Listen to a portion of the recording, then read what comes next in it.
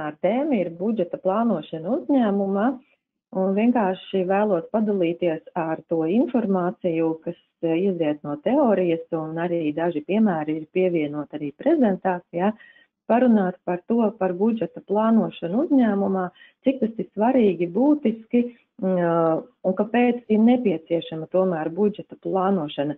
Mērķu virzība. Tātad būs plānošanas gaitā zemāko vadības līmeņa mērķi tiek saskaņot ar augstāka līmeņa vadības mērķiem.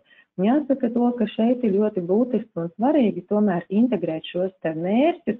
Nākamais, ja mēs skatāmies pie šī procesa budžeta sastādīšana un budžeta plānošana, ir tipisks biznesa plānošanas cikls.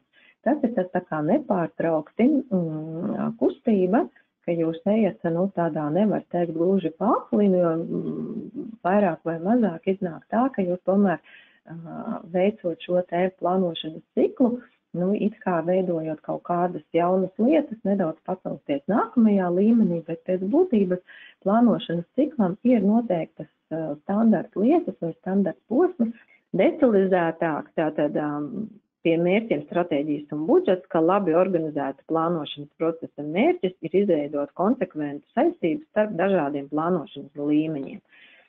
Jāsaka to, ka budžeta sastādīšanā ir tādas, izteiktas divas lielas tādas pamat problēmas.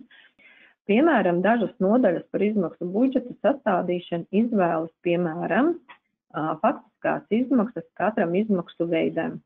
Piemēram, iepriekšējā gadā faktiskās izmaksas, piemēram, uz kaut kādu konkrētu periodu, vai arī šī gada izmaksas prognozes.